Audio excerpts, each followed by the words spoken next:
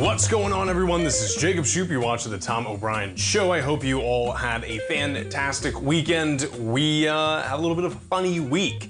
Okay, we got Christmas Wednesday. We're gonna have a half day tomorrow, closing at 1 p.m. So I will not be on. Neither will Larry. As far as I'm concerned, and discussed it, live trading with Larry is still game for the 27th. Strongly recommend checking that out if you haven't before. In fact, let's go over to TFNN.com right now. So you can see this right here, and honestly, this is the package deal you really want to do. Okay, the deal with live trading Fridays, if you haven't done it yet, and there's a lot of volatility in this market right now, a lot of gains to be made, so it's kind of helpful to have someone right there with you kind of trading this market, getting maybe some ideas, asking questions. That is what live trading Fridays is with Larry Pesavento. It is fantastic. He is a market veteran. Has been trading probably for longer than I've been alive, if I had to guess. So that's strongly recommend checking that out. Before you do that, you can go over to the TFNN Holiday Tiger Dollar Sale. We're doubling the bonuses, right? You usually get some bonus with the Tiger Dollars. This is even better, okay? So if you get $500 spent, you have 600 Tiger Dollars. That is a 60% bonus. You do 1,000, you get 1,300. That, of course, is a 30% bonus. And then for $1,500, you get 2,100 Tiger Dollars. That is a 40% bonus, 600 whole extra Tiger Dollars. Once those are applied to your account, they stay forever. They don't expire. They go towards all purchases at TFNN. So now is a perfect time to kind of get situated. Again, you know, we have Larry Pesavento with his live trading on Friday. So strongly recommend checking out. Of course, we have a bunch of other services. Strongly recommend checking these out. Of course, you have Tim Ords here. We got Teddy Keksats, which is great. I really want to get Teddy onto this show because I like the way he looks at stuff.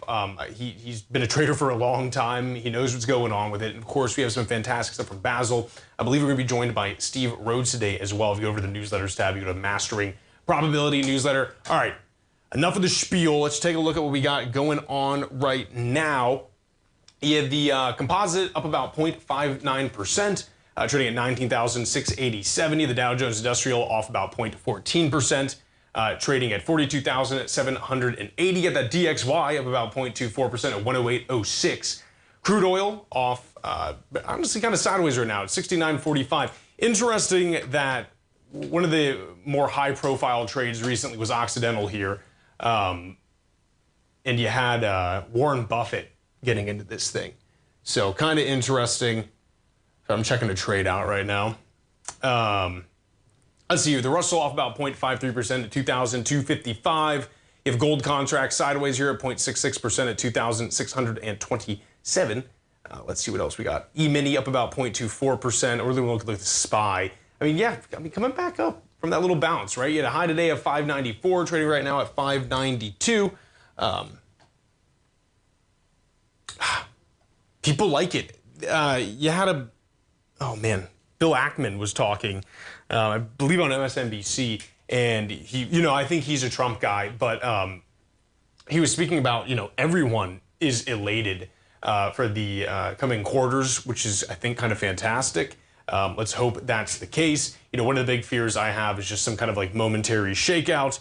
Early, I did get pretty cashy the past week, which was nice, really right before that big sell-off. But I mean, you're kind of recovering. We take this out to a yearly. I mean, we're trading November 22nd right now. That's what's going on, right? So just a momentary reset on this. Now, this volume up here is a lot higher, okay? I think people are positive on the market. You have so much money that's in this market that wasn't in the market prior, right? And a lot of these people want to keep piling stuff in. I mean, we can take a look at stuff like, Rigetti. This is, in my opinion, not really a good trade right now, especially at these levels. But people want to be in it, and that's to say, I mean, that's obviously what a bubble is, right? But my point in saying that is you have so much money that's now in this market that has never been before. We still have a bunch of cash that is locked up, that has not gone into equities in any capacity. You could make some argument that there might be sector rotations if inflation gets too strong next year, which I could see an argument for. And I personally think there's going to be discussion sometime next year of actually raising interest rates again. which could definitely be a catalyst for some sell-off in the market. I don't see, you know, as I've been saying, I think Trump is an inflationary president, and that's not, you know, good or bad in a vacuum at all, but we're in a moment here where we're really trying, at least the Fed is trying to get a hang on inflation. And so that can, you know, show some kind of issues at least. With Rigetti, we're trading up 13.50%, trading at 1063. IonQ, it's kind of interesting. You know, it's like your big boy gets run up, right? Which is what IonQ is. You get all the little guys under it get pushed up, and then you start seeing this slow kind of decay down, right? So IonQ's coming down today off 5.5%, trading at 41.97. I like the idea with quantum, as I've said, but I don't know if this is the kind of the right time for it. I think bid orders will still come out. We'll speak a little bit about AmpG later in the show. But that's been catching, I mean, we're up to 25.25% today. Kind of what they do, they make some things that allow quantum computers to essentially work, right? You're up at 249 with Amplitech Group. You know, they shipped some of their materials to, I think it was 2 Fortune 50 companies, you know. So there is interest down here. And there is a assumable pipeline of orders that can kind of sustain maybe some of these companies going forward, at least sustain the hype on it. You know, we'll take a look at kind of their financials going forward, maybe later in the show. We're gonna have Steve Rhodes on next. But 32 million, you know, it's kind of nice when you're talking about these kind of smaller cap stocks blowing up. That still has potential on that area, and I'm surprised it actually really hasn't caught the bid yet, especially when you're considering things like Qubit did, which isn't even a quantum company. And I'm going to say this until it's maxed down. So you're up 2.19% today. What is this movement today? Yeah, see, that's brutal. Right, so you get up at 1880, trading right now at $18 even.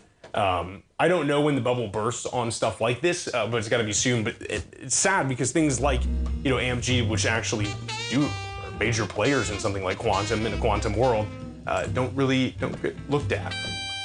It did have a major run. I say that like it's been some, you know, neglected person. It was trading at 64 cents September and absolutely had a run up, you know, but I'm just surprised that all the other quantum companies are like that as well, you know. Folks, stay right there. We'll be right back with Steve Rhodes after this break.